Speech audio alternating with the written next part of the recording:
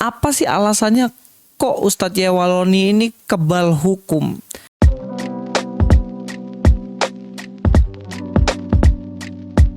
Assalamualaikum, selamat datang kembali di channel ini guys. Kali ini saya akan membahas mengenai kenapa sih kok Ustadz Yahya Waloni itu nggak bisa ditangkap? Apa sih alasannya kok Ustadz Yahya Waloni ini kebal hukum? Nah, kita akan bahas ini dari beberapa perspektif ya.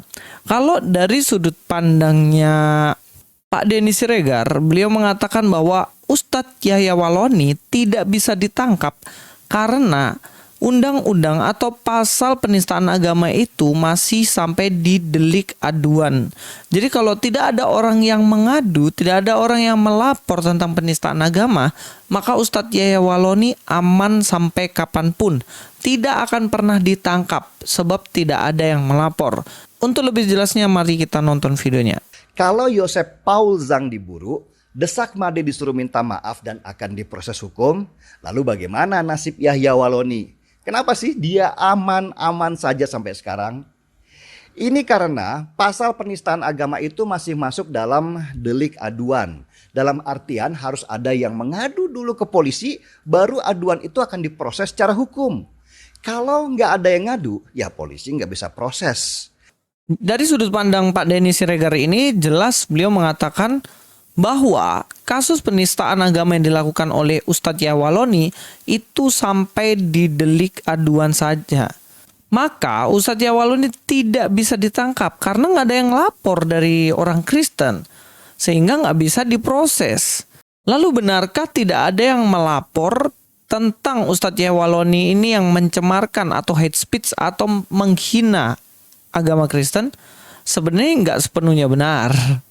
Sebab begini, dulu Ustadz Yahya Waloni ini pernah dilaporkan. Bahkan Pak Pendeta Esra Soru sudah pernah menjadi saksinya dan mendatangi Bareskrim guys. Saya akan memutarkan video lama saya. Ya, di sini saya memang membahas tentang Pak Esra Soru yang saat itu menjadi saksi. Assalamualaikum, selamat datang kembali di channel ini. Kali ini saya akan membahas proses kelanjutan dari kasus Ustadz Yahya Waloni. Setelah tanggal 29 Oktober lalu, Pak Esra Soru mendapat surat panggilan untuk menjadi saksi atas kasus Ustadz Yahya Waloni. Hari ini, 4 November, Pak Esra Soru mendatangi Bareskrim untuk memberikan kesaksian tentang Ustadz Yahya Waloni.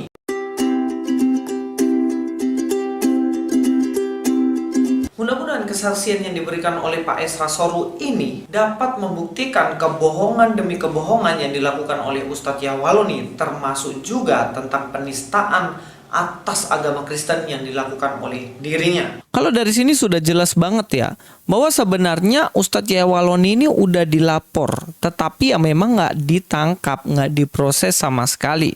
Kalau memang peraturannya pasal penistaan agama ini diproses ketika dilapor, harusnya Ustadz Yahya Waloni udah lama diproses karena udah ada yang lapor dan memang kalau terbukti sudah pasti seharusnya dia ditangkap.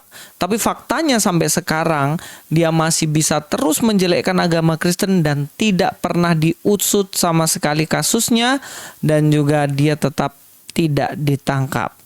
Jadi pertanyaannya kembali lagi, kenapa Ustadz Yahya Waloni ini kok nggak bisa ditangkap?